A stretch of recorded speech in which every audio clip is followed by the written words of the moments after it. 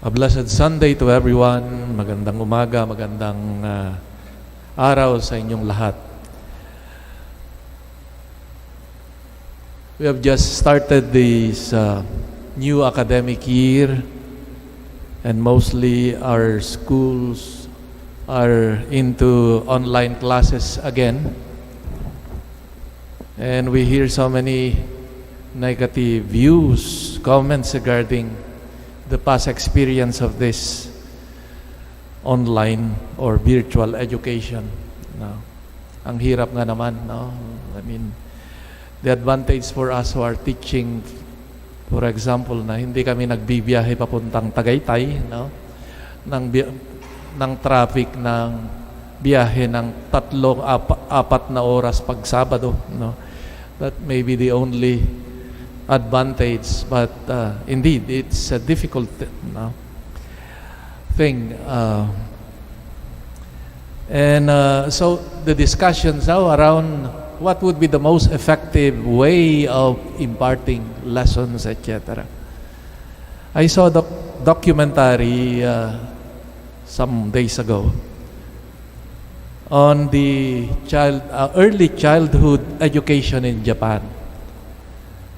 And it has interesting philosophy, perspectives, and practices. Like, for example, until 10 years old, the children are not given grades. They're not graded. What they have,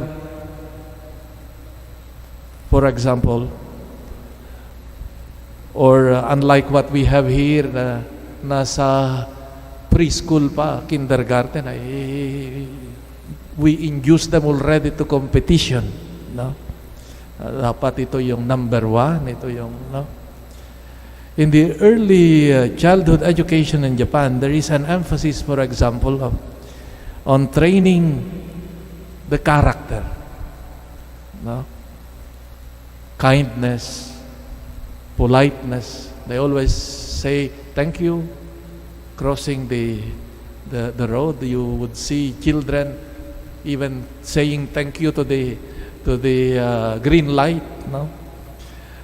Discipline, independence, hindi dinadala ng mga magulang nila, mga bata sa, no? They go as a group, for example.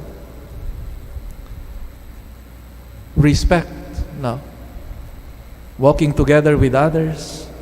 They clean their classrooms, wash their plates.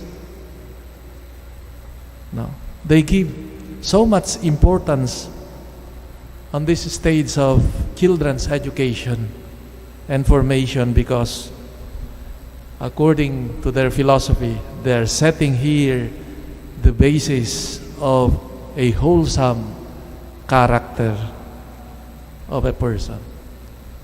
Something to think about also in our own, in the formation of young people. More than the grades is the character, no? That would be with them all throughout their life. Jesus, the great teacher and master, interestingly used a visual. A good teacher like him also use a visual and a model in his teaching today, a child, to illustrate his point on the essentials of the values of the kingdom. With a child, Jesus wanted to tell his disciples and also to us that life and that the life and the dynamics of the kingdom is ruled by simplicity and openness, characteristics precisely of a child. It is attitude.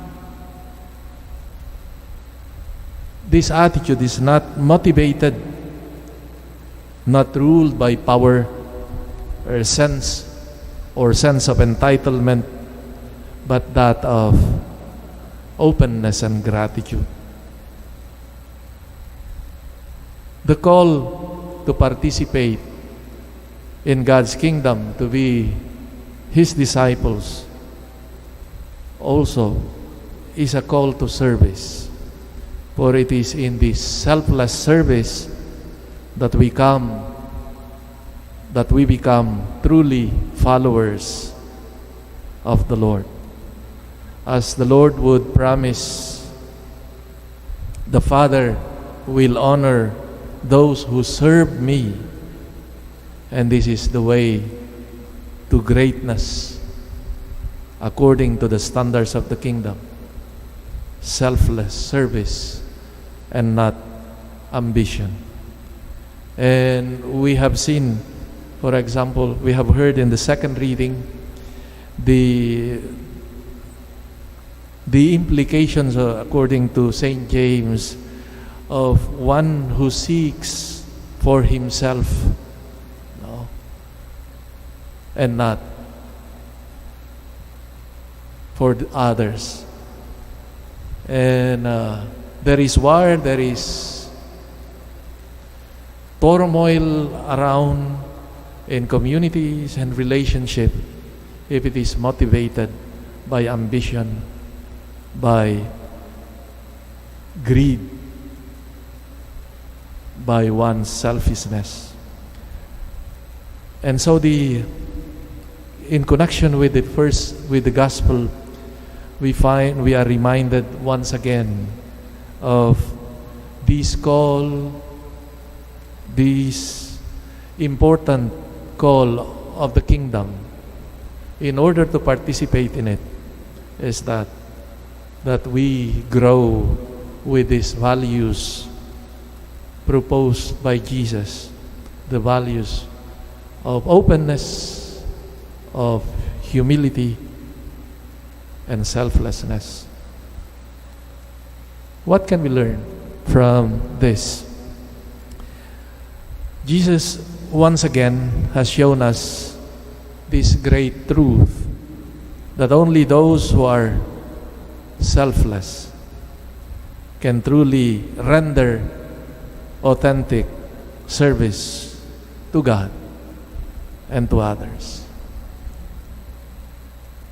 and not those who promise spectacular things. Let it be one of our criteria in choosing future leaders, the quality of their service, their selflessness. Many times, there are leaders who work silently, but effectively. These should be one of the characteristics that we should be looking for as we are about again to choose our leaders. And for all of us, it is a good exercise to see ourselves also in this regard, on this virtue of selflessness, the virtue of humility.